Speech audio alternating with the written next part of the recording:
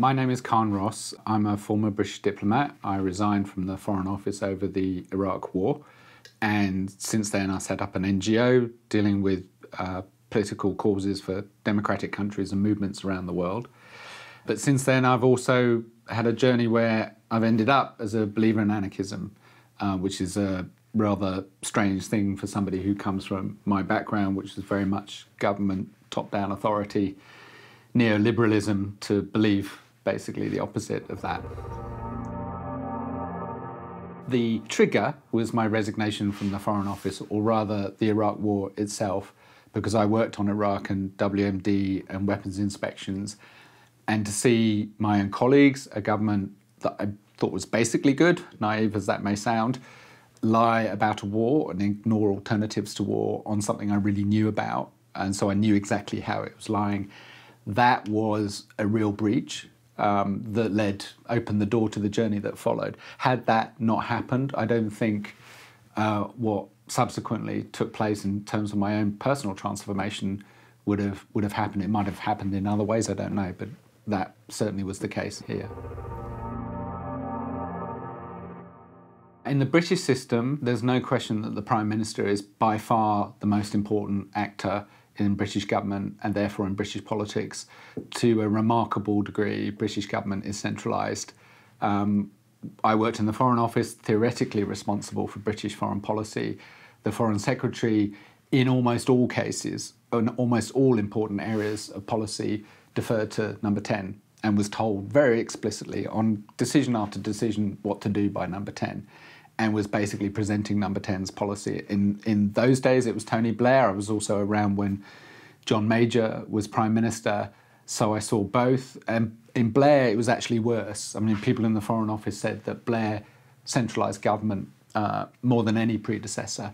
So there were people who worked on foreign policy, including Alistair Campbell, who was technically their media guy, actually had a huge influence over foreign policy, because Labour in those days very much saw the message as the policy. What you were saying about it publicly was really all that mattered.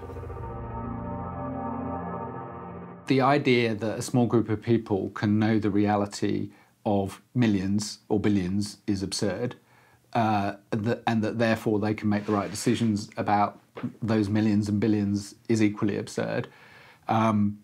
And I think also, my own analysis started from a kind of empirical observation about what was going on. Problems of epic magnitude, such as climate change and inequality resulting from the economic system that we all seem to have been accepting. These problems are not getting solved. So you look at the outputs from the system and you have to question the system itself. I mean, there are various theoretical explanations I could give you of why that's happened, including complexity theory, which I'm very attached to, which says that top-down authority can neither know the state of the system in any meaningful way and therefore cannot arbitrate it, and that stability can only come from combined bottom-up actions in a complex system. And there's no question that the Earth, the planet today, and human society, millions of actors, billions of actors in constant interaction, that is by definition complexity. The vast majority of political parties across the West continue to support this model of neoliberalism, supposedly representative democracy, kind of modulating the worst effects of neoliberalism, whether inequality or environmental destruction, when the evidence is overwhelming that that's not happening. And yet the vast majority of political parties across the West, and indeed to an extent across the world, still support that model. So the radical alternative, the better alternative, is invisible to a lot of people. That choice is not on the menu for them politically. In Britain, it's a slightly different story, because you do have a more radical political choice in the Labour Party that is offering a fundamentally different vision, and I think that's important, and I think that has shaken up the political debate here. We can talk about the programme that the Labour Party is proposing, but there is much more of a choice here. What I would like to see is real mainstream, comprehensive discussion of ideas like anarchism and the sorts of models of the company, of local democracy, of bottom-up democracy that it proposes, which are not complicated. They're simple things that actually people can start to implement already. They don't have to wait for an election to do it. I know there's a lot of optimism about the possibility of a Labour government. I don't dispute that optimism. It would undoubtedly be better, but I don't necessarily think they're going to bring about systemic change, which is largely social, actually. It's in our heads. It's about how we see each other, how we see society, and this is where anarchism, I think, has a lot to tell us. That if we follow certain principles in our lives and in our forms of organisation, including how we govern ourselves, how we organise ourselves economically, those principles, above all, being the rejection of coercion, equality of voice, equality of agency, then a different society will emerge. And I think that is plausible. I don't think that's a crazy idea. I think anarchism is actually, in a way, certainly is a much more sensible, rational way of organising society than the current system, which seems to me, when you look at it on the face of it, tiny numbers of people making decisions for this vast number, absolutely crazy. Politics and neoliberalism have created this sense of agency less, of apathy is an impolite way of talking about it, that we can't do anything, we have to wait for them to do something. And in fact, anarchism very, very clearly says that, you know, if you're not prepared to do it yourself and practice these principles, then you're not changing anything. Communicating anarchism is complicated because it's got a history. It's a word that comes with baggage in lots of societies, and interestingly, that baggage is different. And I've lived in the US for a long time, and anarchism is definitely seen more negatively than it is in Europe. And that's partly because anarchists killed their presidents on one or two occasions. And, you know, I think that the left there, the Democrats, have got a long way to go in terms of understanding that their mainstream politics is just reaffirming a system. Whereas in Europe, I think there is more openness to the ideas.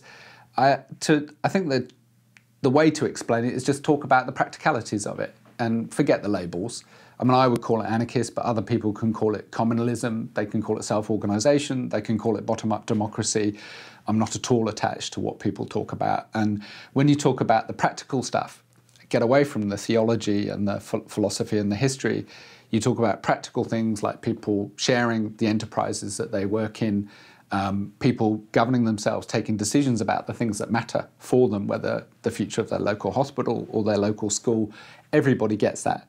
That's not a complicated idea to understand, whether you're from the right or the left. And I mean, ultimately, my hope is that if we do this, we will be able to dispense with political labels altogether, because we'll start to see each other as people, not as Tories or Labour, Republicans or Democrats or whatever, or anarchists or socialists even. I think, you know, that labelling has been very, very divisive in a lot of circumstances, clearly very divisive in the current political dispensation. I mean, there's a whole host of reasons for that in America and in Europe. But, you know, ultimately, a successful, cohesive society where all the vulnerable are taken care of, where everybody has an equal voice, is almost by definition a depoliticised society. It's one where human values and moral norms, in a sense, are much more important than policy or political parties. And I think where these ideas have been implemented, it's quite interesting.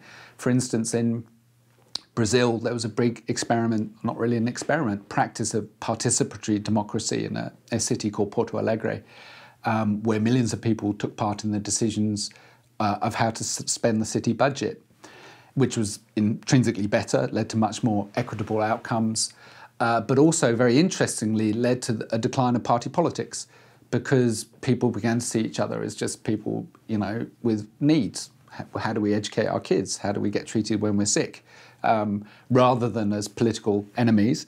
But also, one of the reasons the political system is held up in, is supported, is perpetuated in Brazil, like everywhere, is that it's a form of small elites dividing up the spoils. And there's always going to be competition between those elites as who gets their hands on the money. And so in every country, you see that contest, and often that contest is presented as a bit about ideology or political ideas. In fact, it's just groups of people arguing over who has access to the moolah.